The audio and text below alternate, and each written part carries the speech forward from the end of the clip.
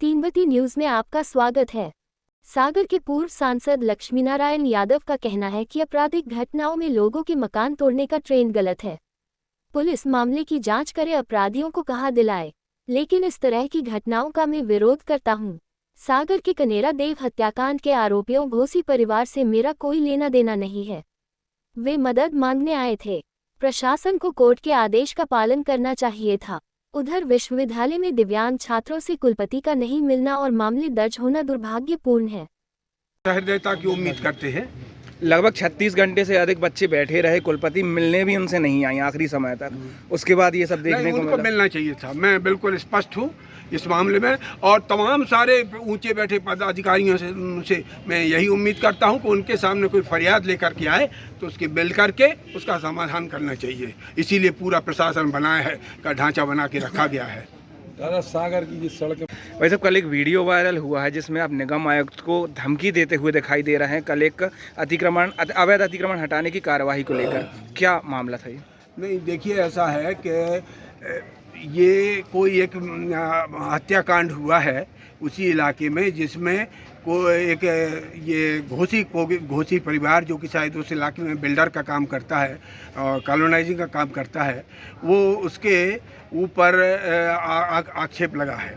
भाई, ये मुझे पूर्व से ज्ञात था। वे लोग मेरे पास आए भी थे, पर मैंने उसमें कहा कि देखिए, पुलिस जो छानबीन कर रही है उसे छानबीन करने दिया जाए और इसमें किसी प्रकार का मैं बीच में नहीं बोलूँगा। अब अचानक एकदम कल सुबह वो लोग रोते हुए मेरे पास आए कि साहब, हमारा तो मकान गिराया जाने लगा है। उसमें जब पुलिस छानबीन कर ये केस दर्ज कर रही है तो मकान गिराने का कौन से कानून के तहत नियम है?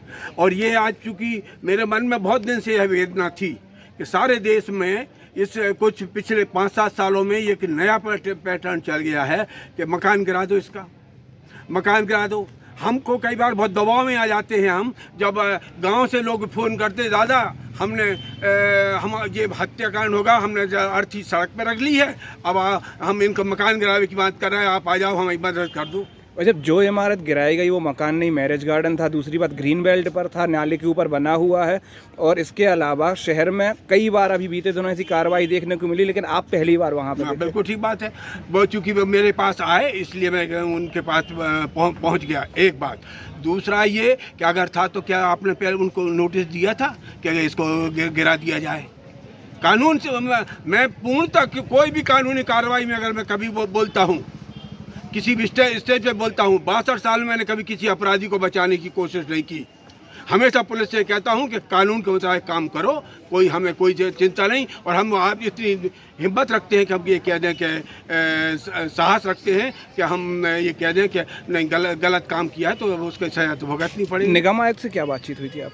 निगम आयुक्त से मैंने कहा कि वो असल में उसमें ये तो एक और बड़ा हमको दिख रहा था, गलत काम दिख रहा था। जब हाई कोर्ट ने स्टे कर दिया, अब हाई कोर्ट से ऊपर हो जाएगा, फिर तो कोई व्यवस्था चलेगी नहीं अगर हम हाई कोर्ट के आदेशों को इस प्रकार से अवहेलना करेंगे। बल्कि वो सरकार से तो उम्मीद, सरकारी अधिकारियों से उम्मीद की जाती है कि अब उनको अगर भनक भी लग जाए कि इसमें हाई कोर्ट ने ऐसा कोई आदेश दिया है, कोर्ट ने कोई आदेश दिया है, तो उसका पूरा सम्मान तत्काल करना चाहिए। दादा, क्या आपको लग रहा था कि प्रशासन दोषपूर्ण या लापरवाही में कार्रवाई कर रहा है? अब चूंकि जिस प्रकार से कार्रवाई हो रही थी तो मुझे लगा कि दोषपूर्ण कार्रवाई है, क्योंकि मकान गिराना तो किसी का उसका वो कोई आदेश होगा ही नहीं और रहा ही नहीं होगा। ठीक है।